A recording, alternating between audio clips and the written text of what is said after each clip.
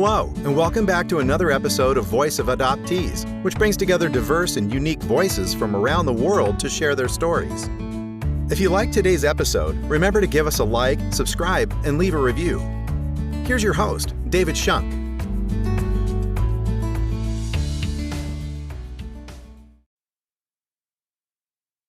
Hello, everyone. Welcome back to another episode of Voice of Adoptee. Tonight we have Ilya, who's adopted from Russia, joining us. Kind of know each other a little bit back. He was on a lot of Zoom calls with me with Russian adoptees, a lot of chats, a lot of late night chats. So we kind of have a connection that way. But welcome back, Ilya. It's been a while, but we're glad you're here and glad that you want to share your story. Yeah. Yes. Thank you for having me on. Absolutely. So why don't you tell us a little about yourself? My name is Ilya Bailey. I am 27 years old. I live up here in tropical Rochester, New York. Balmy right now.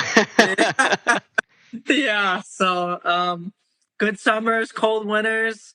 I grew up here pretty much my whole life. Grew up in a nice suburban house, and now we live in the city of Rochester, right in the middle of the city here.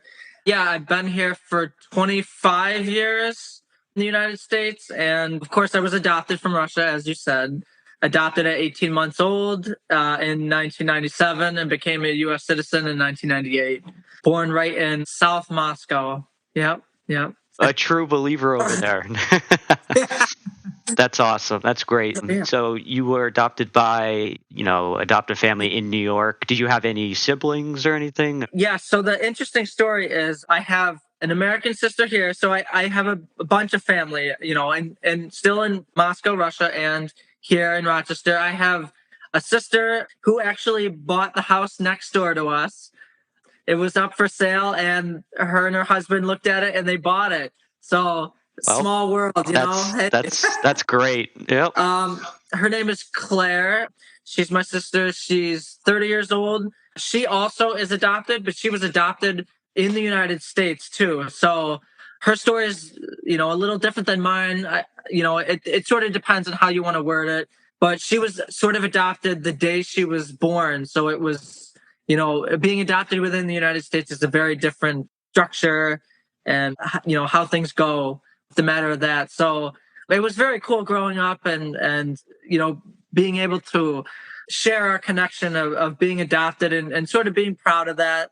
Did you get deep with her about like emotional talks about adoption or, with your story and especially they're two different stories, of course, but did you include her in a lot of the process as you were going through different stages? Yeah, I reached out to her more and more as I was getting older and sort of to search for my biological family. Because, of course, I was given a great life here and everything like that. And no worries. I had no troubles growing up. I had a big family, great family, very fortunate, of course. And as I got older, I said, hey, Claire, she sort of had a relationship with her biological mom.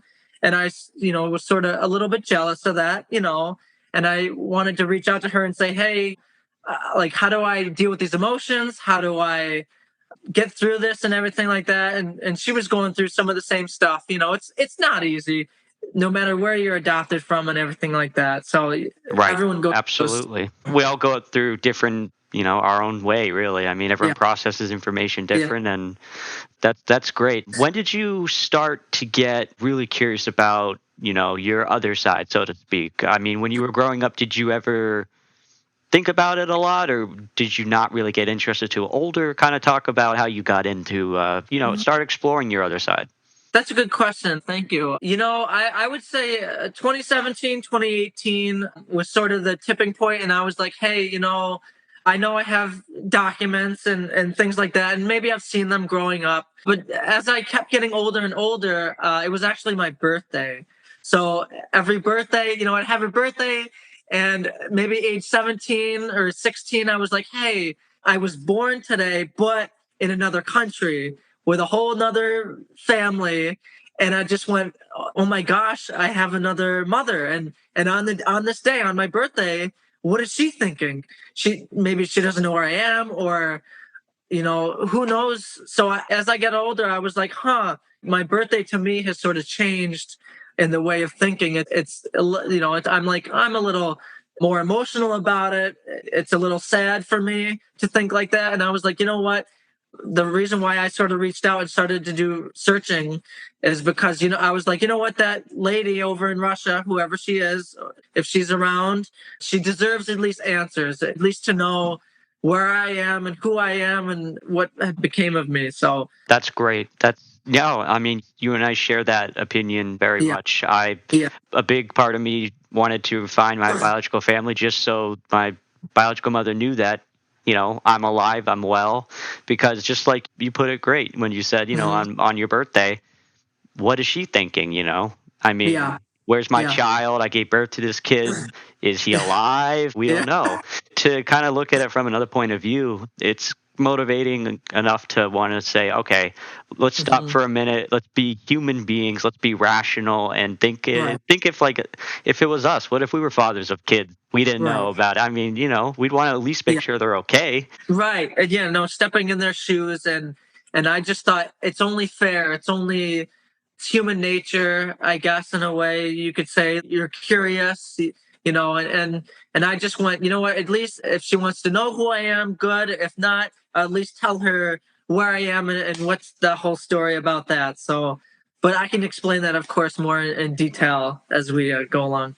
Were your adopted parents supporting you while you were curious and wanting to know more about your family in Russia? Were they supportive about it? Yes, yeah, they were very supportive. They understand a lot about that, even though themselves aren't adopted or anything like that. It's actually one of my aunts is adopted into our family. When she was a little girl, my grandmother came home and said, "Hey, this is going to be your new sister," and that's my aunt Debbie. So she does understand, being welcomed into a family, even though it's sort of not yours. So my father knew sort of how to deal with that and channel that in a way. But my parents said, hey, we did adopt this kid from Russia. It's only fair to, if he's curious about who he is or where he's from, it's only fair to say, okay, we'll help you along and let you explore this country and this culture. And, it's a whole different world over there. So my parents were very accepting because they adopted someone who, wasn't from here. And like I was saying, it's only fair, I guess, is so the only words I can sort of put it is the best way to describe it, I guess. Yeah. Right. That makes sense. When you were growing up, did you ever, I'm trying to think how you politely say this, were you ever picked on for being adopted? Yeah, I mean, a little bit as you get older, teenager years and going through middle school. Definitely my name is sort of a first indicator. Is a lot of kids would say, hey, your name isn't, Joe or Sean or something like that. And they would say, oh, why is your name like that? Or they would say, why is it different? And I didn't even know at the time, but I sort of throughout my childhood, my parents would always say, oh, you're adopted, but we love you very much and you're part of this family and everything like that. So I sort of got through the teenage years and growing up in late elementary school. It was pretty okay. I'm too picked on, but I've noticed it more and more as I grew up, I guess, a little bit. Did it ever bother you that you didn't know a lot of information about your biological family? Yeah, I think it was more, I would later come to find out that we had quite a few documents actually. I think it was sort of unfair to myself that I wasn't curious enough or I didn't pursue it earlier from what I know now. I mean, growing up, I'm a regular American kid. I don't know, how to describe it. Is you're sort of living in your culture now and you're so encased in it or surrounded by it that, oh, Ilya, you were adopted from Russia. Okay, cool. In middle school or late elementary school, I just say, oh, that's cool. But then as I got older, I went, wait, hold on. Let me think about this. Let me explore it more. Let me question more, things like that. You made a good statement about saying that you kind of blame yourself in some ways for not exploring this other side of you or knowing enough information that you do now. So let's put this in perspective. And my question is, if you knew what you know now about your family in Russia or anything more that you didn't know back then when you were younger, would that change your perception, do you think?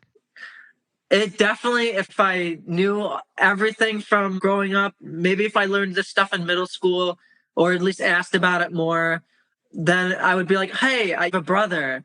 I've only grown up here in the United States with my sister.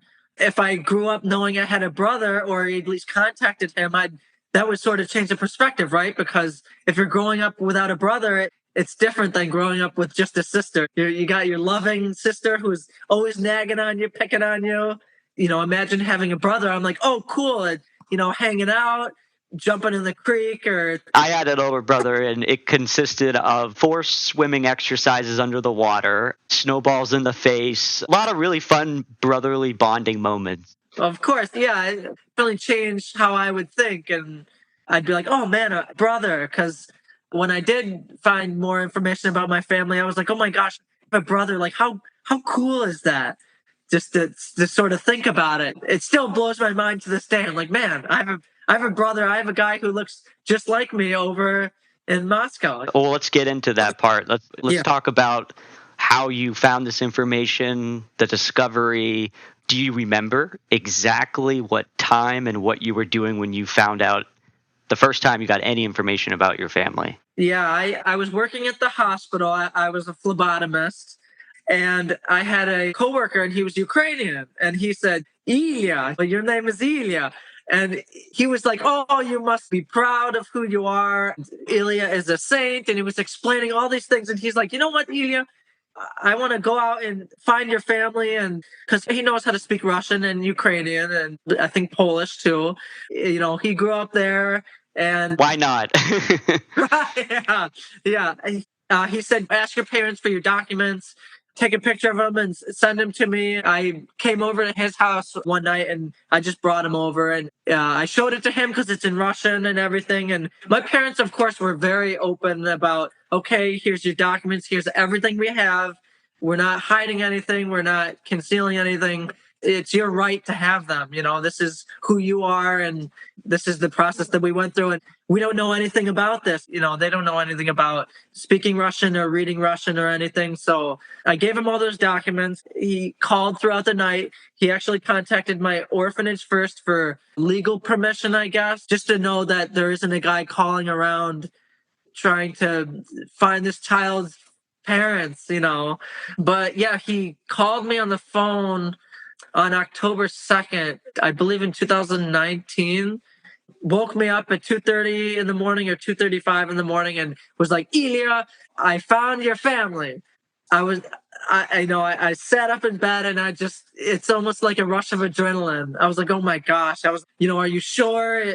Are you 100%? And he's like, oh, Ilya, because of actually the information from when you were adopted, I had plenty of information. I had addresses, which matched up, actually. I had passport number belonging to a family member, which is very hard to find. And what he questioned and was calling them and everything like that, turns out the passport numbers matched. The first question I asked later when I met her was, what was my birthday? And she said the correct date first thing.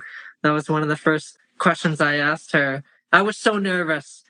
And of course, my heart was pounding. I didn't sleep for the rest of the night or the night after because he was like, oh, Ilya, I'll talk to you in the morning. I'm very tired. I got to go to bed. I called all night. He was up for multiple hours.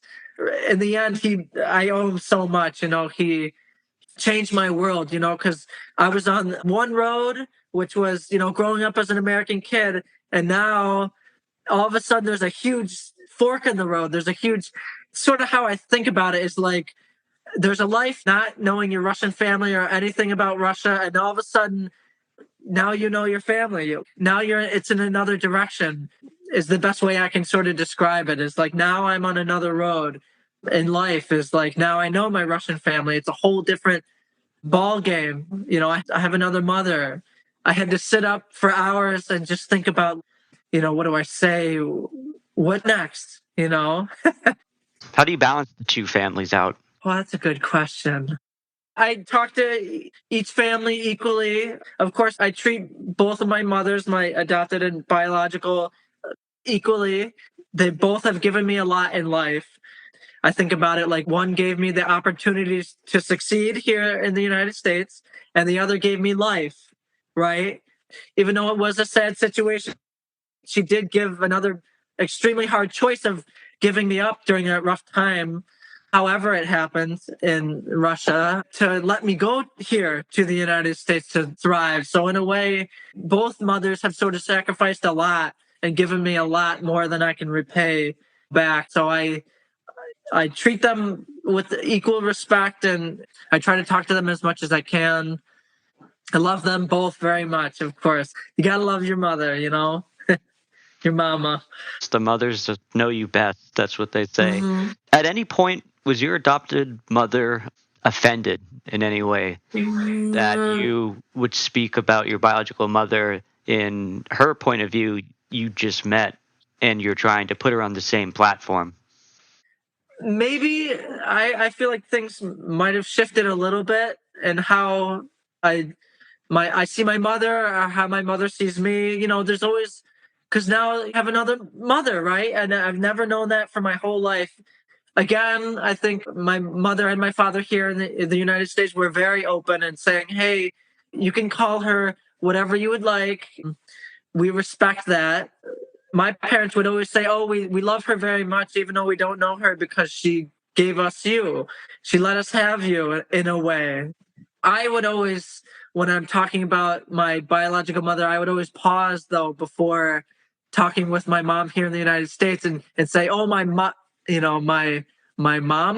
my mother, or sometimes I'd use her first name, which at first it was a little confusing for me inside my head. What do I call her? What do I call her in front of this family? What do I call her when I'm in front of her? Or how do I talk to her about my mom here? It is challenging. I will say, for your adoptive mother in the United States, for being so open and saying, call her what you'd like, that takes a lot of courage, because I've heard a lot of adoptive parents, especially adoptive mothers, who feel very, again, strongly, and they voice their opinion. But that's fine. Everyone has the right to voice their opinion.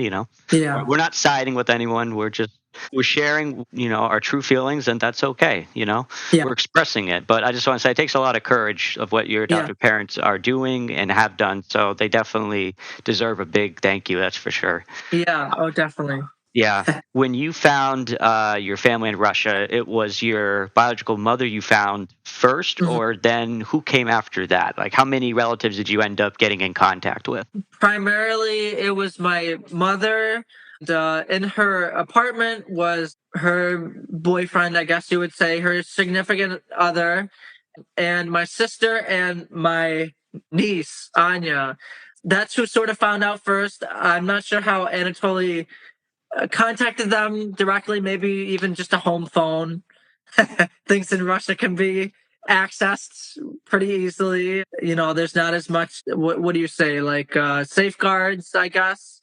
You can sort of just call maybe even the police station and say, hey, I'm looking for an address for this lady, such and such. And maybe sometimes they'll just give it to you. There's no privacy laws, or, things are definitely different in that country, and especially with the circumstances right now, that's a whole other conversation. I've had that experience too, where it seems like, especially if you're adopted from Russia, there's a lot of people in the country that are sympathetic for you and are willing to help, and especially when you tell them that you're interested in where you're from and your culture and your background.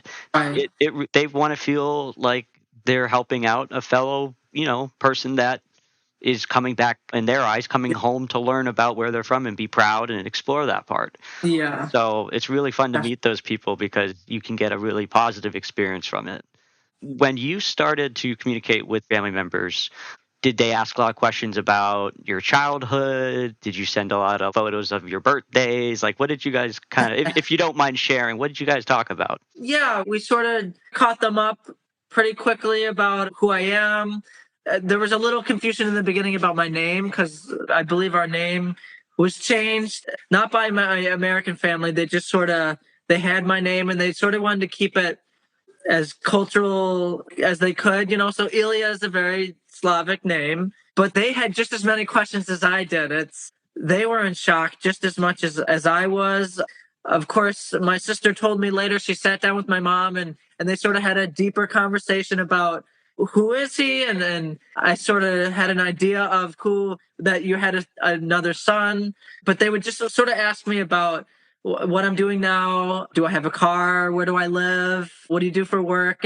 Sort of things like that. And then we'd sort of shift in the side roads, I guess, or like the small details between all the big stories or big information, I don't know. It's a lot. I'm trying to remember all those years ago, even though all those years ago, wasn't that just like 4 years ago, 3 years ago? Well, you think it's recent, but it's like you try to remember all the details about what happened that October day, and what were all the questions that were asked, and I'm trying to remember, but I think it's even that whole first week, it was sort of just a blur because my whole world was changing. It was a lot was going on. My sleep schedule was completely thrown off, sort of in a good way. It's like I would sit up at night and just think about all these questions I wanted to ask them when they wake up. I totally understand that. I did the same thing. And, I actually just remembered you mentioned when you got this information, it was 2:30-ish in the morning. And it's funny because that's the same time that it happened for me as well. So I also woke up and I'm like, what? And it's like, no, this is a joke, right? And then the gentleman that searched for me, he unfortunately passed away, but he was an awesome guy. He's an Englishman named Tony Carruthers. He actually lived in my city, Smolensk. He sent me this email and he's like, we found your grandmother and some cousins. And I'm like, okay, like, and it was done pretty quickly. I'm like, Well, as soon as he took screenshots and I saw like social media, I'll never forget the moment I opened up this email and I saw my birth mother and her smile, and it was mine to the T. And I just froze. I'm like, whoa. And I just, no sleep that day, no sleep the next day. I totally understand what you're saying. Yeah. It is a shock on both sides too. And I would ask them, do you have any like questions? I would constantly say, do you have any other questions, or can I explain things to you? Or if you want to, and I was very open because my family here was very open with me. So I said to my biological mother or sister, or I do have a brother too. I don't know if I mentioned that. I said, if you want to see all the documents I have, I'd be more than happy to. And they politely declined. I just wanted to be as open as I could because, we two different worlds are clashing here and all these emotions. I know what you're saying. Like I'd see a picture of my brother for the first time and I'd be like, oh my gosh, that's me, Yeah, it's crazy because adopted individuals like ourselves, we don't take for granted coming from people who were born from for a good chunk of our life, where we get to look at them every day and say, oh yeah, I get my mom's eyes, I get my dad's ears or whatever, because we have classes, I don't know if this happened to you, but I mean in like biology or science classes when we had to learn about genetics and they had you fill out the X and Y chromosomes, it's like which parent gave you this? And I'm like and of course the teacher felt bad and she excused me from it and I didn't have to do it, but it's things like that and it means so much to us that something so tiny could like impact us, which is amazing. And part of the reason why I'm also doing this podcast and having people come on and talk about it like you and many others is adoption is such a complicated subject that society really doesn't know enough about it. I don't think they are properly educated about it. Me personally, I think there should be more people who are adopted like us, who are in like the seats of decision makers calling shots about adoption laws and all this. And how can someone fully understand adoption and the emotions and what we are going through or different life events being adopted if they aren't adopted themselves? It's like talking to someone who hasn't gone through it. Like, hey, I found my birth mother, I'm feeling this. And the person's like, well, sorry, like I know my mom. It's like, okay. Did you lean on any friends for support through any of this? Did your friends know what to say, or were they just as shocked as you were? I would tell my friends here in the States and everything, and they had they were born with their biological families, and they would sort of understand it in a way, but they'd be like, oh, cool, you found your mom. They would say that's cool, but they wouldn't really understand because they know their biological mothers and fathers, and they go home to them every night. And I was like, you know what? These aren't the people I sort of want to talk to about it because it's so hard to understand. So we have a big, Russian adoption community online. There's plenty of groups out there, and I think that's the best sort of atmosphere to talk to about it because everyone's sort of feeling the same way in a way. Of course, there's many different situations and everyone sort of feels differently about it a little bit, but at least you can go to this community and say, hey, this is what I'm feeling. And then a lot of people would agree with you and maybe some disagree. And Yeah, no, that's very true. You just found this information out about four-ish years ago. yeah. I assume you haven't traveled back to Russia because this was. Well, I'm sorry. You can answer the question first. Oh, I did go back to Moscow. Yes. Oh, well, great. I'm sorry. I just assumed because it was so close to the pandemic and then post-pandemic and then now the political situation. I just assumed the country's been on lockdown for the last few years. Anyways, this is fantastic. Let's hear this about your trip. So I actually was deciding if I wanted to go by myself or with my parents. So I said, you guys are more than welcome to come to my American family. I said, I want you guys to come, and see Russia, and you guys got me from Moscow. You can go back and everything like that. And it was before this political situation. So they applied for visas. They got approved. So they had visas. And then I had to go through all my passport shenanigans, I guess you could say, in a way. Yeah, you had to go to the New York consulate, right, on East 91st Street? Washington, D.C., actually. Oh, I went to that. Yeah, I went to that consulate. That's the embassy in D.C. The building right behind it is the consulate. The embassy is closed to the public. It's for diplomats and things like that and government officials. But it is a cool building to see. In the middle of Washington, D.C., you got the Russian flag, and it's a big flag, and there's a giant fence around it. But yeah, I went to Washington, D.C., and I had some family there, so I stayed with them for a day. Got all my passport stuff done and everything like that. To skip ahead, I did go to Moscow during the holiday, during the New Year. I left Rochester, New York on December 31st or December 30th, which actually was my Russian sister's birthday. So I sort of wish I left a little earlier so I could celebrate her birthday, but I missed it by a few hours. But I guess her present was me arriving in Moscow. Did you arrive with a little bow on your head too?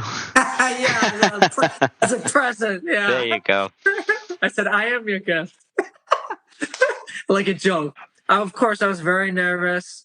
I went from Rochester to JFK, and at the time, Aeroflot was still at JFK. So I went straight from New York City to Moscow. It was about a 9.5-hour flight. I did the same one with Aeroflot. Right? Yep. Mm-hmm. Right, yeah. They had good meals, actually. They had 3 meals, plenty of movies, and the steward and stewardesses were very nice to me. And I tried my best in Russian. I'm not fluent, unfortunately, but they could sort of pick that up, and they would whisper to me, do you want water, tea, or coffee?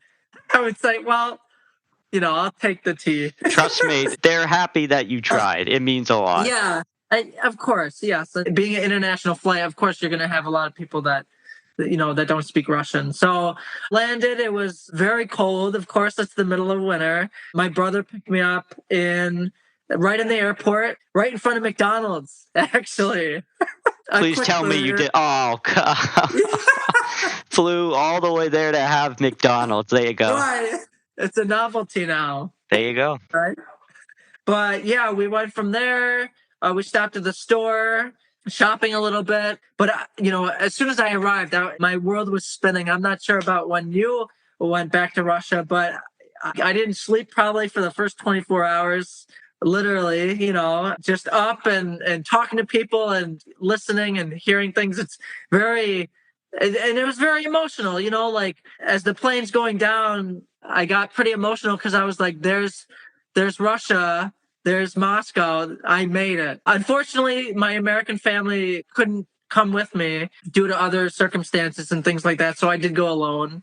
And that sort of brought another sense of like pride, like I can do this. And, I sure I'm alone, but I'm not, I'm being handed off from one mother to another. So I remember my mom here, she was like, hey, to my biological mom because they were communicating a little bit, and they said, "Oh, just here's Ilya.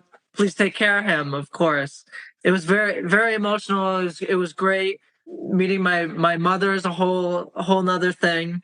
That was very very emotional, and I didn't take any photos or record it because it's a very private thing for some adoptees, and I sort of didn't want to shine like a spotlight. Like, I don't need anything like that. That's just sort of how I feel about it, because I wanted to respect her, and I didn't know, all the cultural things and everything like that. Of course, here in the United States, we a lot of things are recorded and photos are taken and things like that. It's a different culture. I was very quiet. I tried to be, as respectful as I could, and talk with a quieter voice. Yeah, well, a lot of Russians appreciate the privacy, and especially something like that. It's so sensitive that I'm Yeah. sure your mother over there wouldn't want the world to hear about why she gave up this child and all this. Right. It's from my understanding, what my family told me over there is when you give a child up for adoption, that's like one of the worst things you can do. Like, the community judges you, your neighborhood judges you, and Yeah. you feel ashamed for a while. And it's sad, but it's good that you got to go over there and they got Yeah. to see you face to face and be reassured that, he actually is okay, and Yeah. he's okay, he's alive. The Russians, back when I was adopted in '96, I was told by my family over there that the government at the time was telling them, if your child gets adopted by Americans, they're going to be put into forced labor camps and all. No, I'm dead Yeah. serious. All these crazy. So Yeah. they honestly believed that it was all for money, like I was being sold. And to this day, the older generation still believes it. As much as you can sit in front of them and deny it, they won't believe you. They just Right. mine didn't. I mean, it's just something else that you have to, I guess, be respectful about and mindful that they grew up in a different culture. They have their own Yeah. opinions, and we, Right. at least I know you're okay. They know you're okay. I Yeah. mean, go ahead. No, no, you were going to ask a question. I'd love to keep answering them. Yeah. All right, no problem. No, I was going to ask. So, besides having a Big Mac or whatever you had at McDonald's in Moscow, what other sites did you see? Did you get to the Kremlin? Did you go to the GUM? The mall? Did you get free ice cream? Did you go shopping? What did you do? When I first landed, it was New Year's Eve. There was I came into my mother's apartment after, meeting her and everything like that, trying to put on the right slippers. I'm not sure what's that called in Russian, but they wear slippers, and I was trying to find the right sizes and everything, and still shaking with adrenaline. But they had two turkeys out, and they, of course, the Jello with the meat. What's that called? Do you know what I'm saying? Jello with the meat. Like, it's a very Russian dish. They actually put Jello with meat. It's plain gelatin, and they put meat in it. I know what you're talking about, but I'm honestly blanking on the Right. name. That's okay. And I had caviar for the first time. Like, sort of a luxury over here. And I was thinking, like, I guess it is for them too. It's just they have sort of more of it, or they're more accustomed to it. So I got to have that for the first time. Plenty of bread and butter and adult beverages. Yep, I know what you're talking about. Yep. Yes. So It's no secret. Don't worry. The whole world knows it. It's fine. Right. So, but we celebrated New Year's. We counted down in Russian, of course, and it was very strange to me because I kept trying to remind myself, I'm not in the United States. For the first time, I'm having New Year's in a whole nother country with a whole nother family that speaks a whole different language. So it just kept blowing my mind. I was sort of like that kid in the candy store with the big eyes, looking around, trying to absorb as much as I could. That's awesome. Did your family watch Putin address his New Year's greeting? Yes, Yep. Address the Nation. We sat down and we watched it. It's on every television. I couldn't understand. I understood, a couple words here and there, but putting sentences together is a little difficult for me. And they would talk and chat. And during this whole time, they would call friends, and they were calling family, and they were video chatting. And I got to say hi to some people that I think were friends of my mother, distant relatives, and stuff like that. So there was just so much to absorb. Fireworks were going off constantly outside. They might not be as legal as here in the United States. I watched some younger Russians, will say, just right in the middle of the street, and they would set them off, and they wouldn't really go that straight. Sort of go all over the courtyard, but it was great being there for the New Year. They celebrated bigger than Christmas, like sort of. It's like how we have Christmas here is how they would have it there on New Year's. I was actually there too for Russian Christmas there on their calendar day on, is it January 7th 7th or yeah 6th? Yeah, one of those days. 6th or this. Oh gosh, I know we're terrible. I think it's the 7th because that was the last day I was there. Of course, I went to the Red Square throughout that week, and we went for walks and went out to the shopping malls and stuff like that. But I got to go to midnight mass for the Christmas and go to a tiny little church and light some candles. And a few of the ladies there, that like nuns in a way, they gave me a necklace and they blessed it and they said, "Oh, write down the names of your relatives that are here on this earth and relatives who have passed. And this is what this necklace represents." And I said, "Wow, that's a really great thing." You know, a lot of old traditions in that country that I respect greatly. It's rich of culture and values, and it does blow you away if you're not used to that. You know, we're coming from the United States where you have so many different cultures, so many different people, and then you're in 6,000 miles literally across the world, and you're standing in this itty bitty church, and yet they're doing something so meaningful and so deep, and you can feel like the raw emotion, and it's just it's unbelievable. Yeah, so I cherish that necklace a lot, and I was holding it and just thinking of, now I have an American family, and I was thinking of my sister here in the United States and saying, man, this represents her and my biological sister.